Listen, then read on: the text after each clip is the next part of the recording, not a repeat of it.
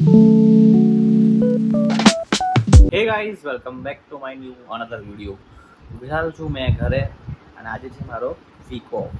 તો મેં ફ્રેશ થઈને રેડી થઈ ગયો છું અને જો ઘરનો હાલ તો જોજો કેવું થઈ ગયું છે. બેડનો રૂમ બધું બીકરું બીકરું છે એટલે બધું જેવું તેવું બધું પડેલું છે આડેધડ જ. તો બધું મૂકવું પડશે વ્યવસ્થિત અને પછી જઈએ ફતેગંજ, બિકોઝ એસાઇનમેન્ટ લેવાનું છે ત્યાંથી અને લખવાનું બી છે. તો બુધવારે કાલે એક્ઝામ છે તો લખીને સબમિટ કરવાનું છે, તો આપવાનું બી છે. તો એના માટે એસાઇનમેન્ટ તો લખવું જરૂરી છે ને, તો એસાઇનમેન્ટ લેવા માટે રહીશું. તો આજે ખાવામાં છે વાલોડ, પણ વાલોડ એટલી બધી મને ભાવતી છે નહીં. શું છે? ઓકે, દાળ છે રાતની અને છે ભાત થોડોક છે, તો ભાત થોડોક ખાઈએ. તો ગાઈસ, જમવાનું જમીને નીચે આવી ગયો છું ને હવે ફિલહાલ મેં જઉં છું એસાઇનમેન્ટ લેવા માટે. તો નીચે આવી ગયો છું. બાકી આજે તો તાપ ગાઈસ બહુ ખતરનાક લાગે છે. મોર્નિંગના ટાઈમે 41 ડિગ્રી સુધી જતો રહે છે. પણ ખબર નહીં આજનો દિવસ કેવો જશે. બહાર ને બહાર તો રહેવાય નહીં, બાકી ગરમીમાં આ લેવાઈ જવાશે. તો જો છે તાપ છે ને બહુ જ ખતરનાક. ટેરેસ પર તો જવાય એવું છે નહીં. તો જોઈએ છે, પહેલાં એસાઇનમેન્ટ લઈને આવીએ.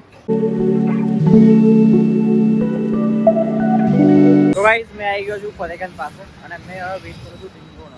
તો આવે એટલે જઈએ. આઈ થિંક દૂરથી દેખાય છે આવી ગઈ એવી. ફાઇનલી ગાઈસ, ચાપલી ઇઝ હિયર.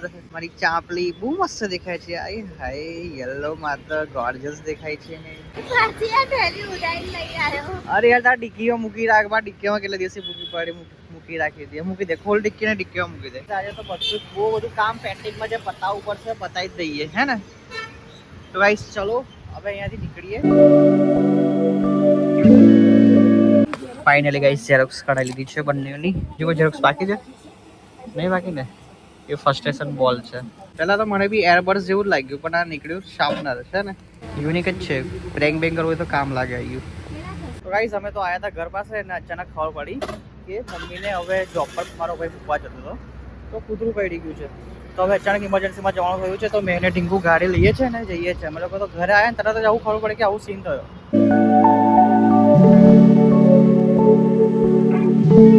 મમ્મીને લઈને આવ્યા છે હોસ્પિટલ. કઈ પગમાં કયા ગાડી હતી? વધારે વાગી? કઈ જગ્યા પર?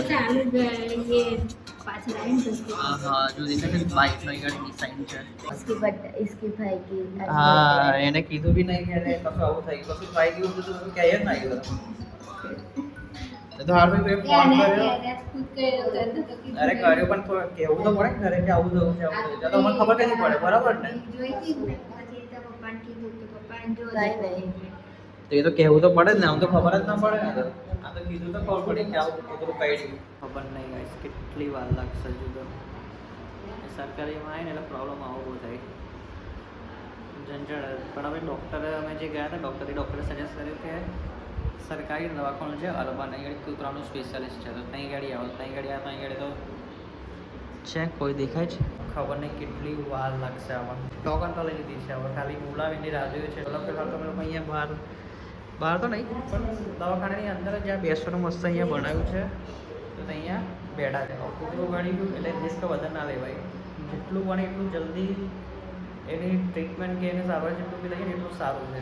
વધારે લેટ બી નહીં કરો. વધારે લેટ થાય તો પછી પાછળથી કંઈ પ્રોબ્લેમ થાય એની કરતો કરી લઈએ એ આગળ વધે. ફાઇનલી ગાઈસ, હવે રહીને હમણાં નંબર આવ્યો છે મારો. તો પેને ગાડી ઢીંગોને મમ્મી ગયા છે ઇન્જેક્શન મૂકવા માટે. તો આવે તો પછી સીધા ઘરે જ જઈએ, કેમ કે આરામ બી કરવો જરૂરી છે ને. વધારે હવે ઇન્જેક્શન મૂકીએ તો પછી થોડો આરામ કરે તો થોડું બેટર ફીલ થાય. ગાઈસ, મેં આવી ગયો છું ઘરે અને હવે અમને ભૂખ લાગી છે. તો મેં આ રાતની દાળ છે ઠીક ગરમ કરું છું. એ મમ્મી લોકો તો પેલી સાઈડ આરામ કરે છે. એક બેન શું લાવવાનું? કોનું પેપર? સ્ટેશનરી માંથી મળી જશે. રોટલી મિક્સ કરી થોડું મસ્ત લાગે. તો કઈ આવું બન્યું છે, રોટલી અંદર મિક્સ કરી છે એટલે કઈ મસ્ત આવી તો બની ગયું છે. તો ગાઈઝ, હવે અમે જઈએ છીએ ઢીંગુના ઘરે, બીકોઝ ઘરે જવું બી જરૂરી છે ઢીંગુ મેડમ ને.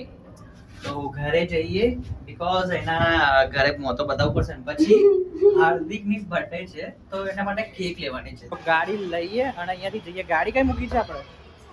ને ગાઈઝ, હવે જો અત્યારે સાંજે કઈ વાર તો નહીં, એટલું મસ્ત લાગે ને, એટલું ઠંડક લાગે ને. બપોરે તો બહુ ગરમી લાગે પણ અત્યારે જુઓ કેટલું મસ્ત વાદળ દેખાય છે ત્યાંથી. અને અહીંયા આગળ જો બધા ઉપર કામ કરે છે. અહીંયા બધા નાના છોકરાઓ બધા અહીંયા રમે છે અને હવે પડી જશ. તો હવે અહીંયાથી નીકળીએ. તો ગાઈઝ અમારા જો ઢીંગુ મેડમ ગાડી ચલાવે છે.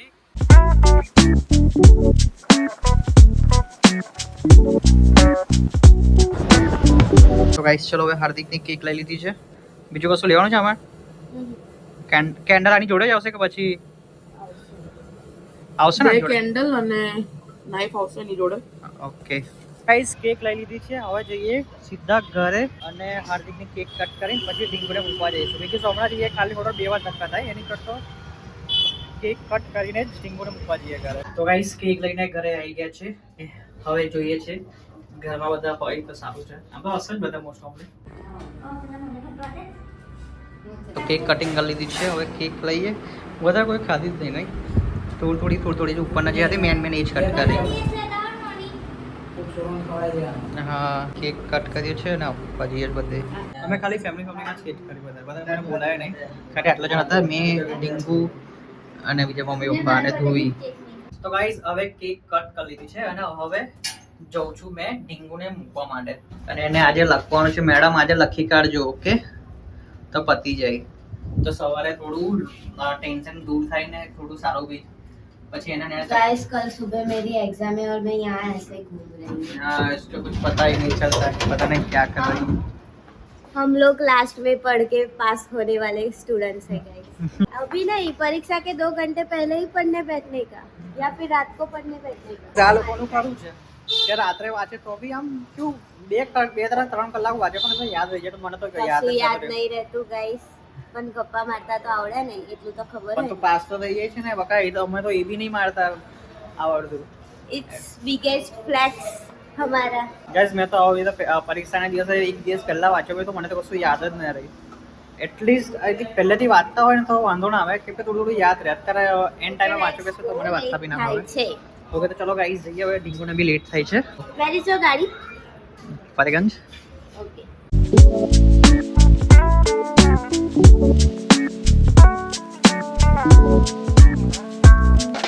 ઢીંગુને ઘર પાસે ડ્રોપ કરી દીધી છે. અને હવે મેં જોઉં છું અહીંયાથી થોડું ત્યાં ચાલવું જ પડે ગાડી મેં બિકોઝ ફતેગંજ પાસે મૂકી છે. તો હવે મેં જઉં ગાડી પાસે.